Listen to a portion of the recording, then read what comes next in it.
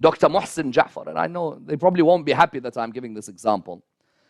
Dr. Muhsin Ja'far, many of you probably have heard of Dr. I think he also sponsored the Ghusl Kafan area in your Jama'at. Dr. Muhsin Ja'far, when there was a mosque that was majority Sunni in America, it was falling into bankruptcy and difficulty. He paid for them to get out of it.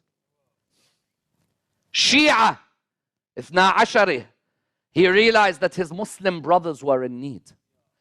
A mosque where La ilaha illallah, Muhammad Rasulullah sallallahu alayhi wa alihi wa sallam. Allah. Mind you, no one can beat us Shia when it comes to the loudness of our salawat. Show them all, please. Allah. Someone, Ithna Ashari, set an example from Nahj al-Balagha. Remove your differences. Strengthen your ties.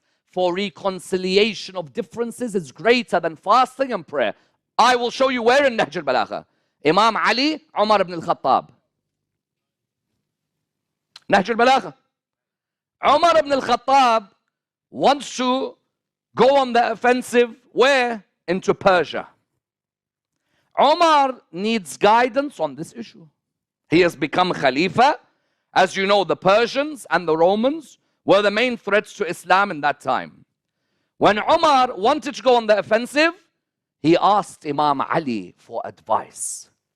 Two options for Imam Ali alayhi salam here. Imam Ali knows that Umar and Abu Bakr, the discussion that they had with Fatima al-Zahra on Fadak was very sensitive. We all know. No Muslim denies this. There was a dispute that happened over Fadak. Fatima al-Zahra, as we know, she made it clear that this land was in her possession, and the first caliph gave his opinion. At that moment, Mawla, there's two options. He could either turn around to Umar and say to him, this is in Nahj al-Balagha, this is not me. In Nahj al-Balagha, Imam could turn around and say, I will not give you any advice because of what happened after the Prophet died. You know what my opinion was about what happened at Saqifa, and you know what my opinion was about Fadak. He could say that. Mawla, however, is in a different league of class to anyone else.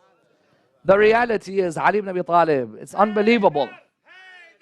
Haydar, Haydar, Haydar, Haydar. Everyone should say Haydar. We all love Haydar al-Karrar. Ahsant. Ya Ali.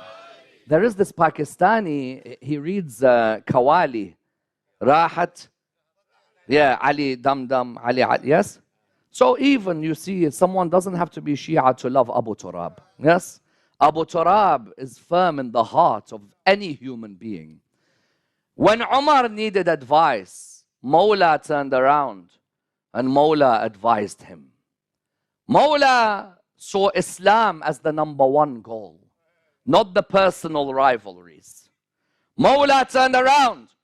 In letter 100, sermon 146, Nahj al-Balagha, Umar ibn al-Khattab asks Ali ibn Abi Talib about Persia. The first thing Mawla does is tell him, do not worry about this. God has promised victory. Meaning, you're a bit worried about the Persians and the war that's going to happen? Then know one thing, that God, #1, has promised victory. #2, however, Umar, you being the current leader and head of government, you have to be wary. Why? Because you are like a thread of beads. If they break the thread, the beads are scattered everywhere. And it becomes difficult for you to get the beads back together.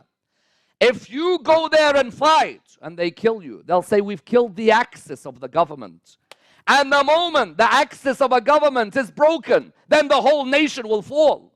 Therefore, O Umar, understand, while the Muslims were small, but what was our strength was our unity. Okay? Then he says to him, Umar, you have to be the axis of this rotating mill and remain its root. For as much as Umar ibn al-Khattab is praised in Islamic history for his conquests, he would always say, let there not be a day where Abu al-Hasan is not present. Let there not be a day where I could not go to Imam Ali. For if it wasn't for Ali, Umar would be perished. He himself would say. Mawla at that moment highlighted that sulh was the main message of Ahlul Bayt alayhimus salam. When I see that there are differences and I can strengthen ties, let me strengthen ties. Doesn't mean I forget what's been done. I won't forget. But if Islam needs my help, then I will stand for Islam. For I remain the spiritual leader of Ghadir on that day.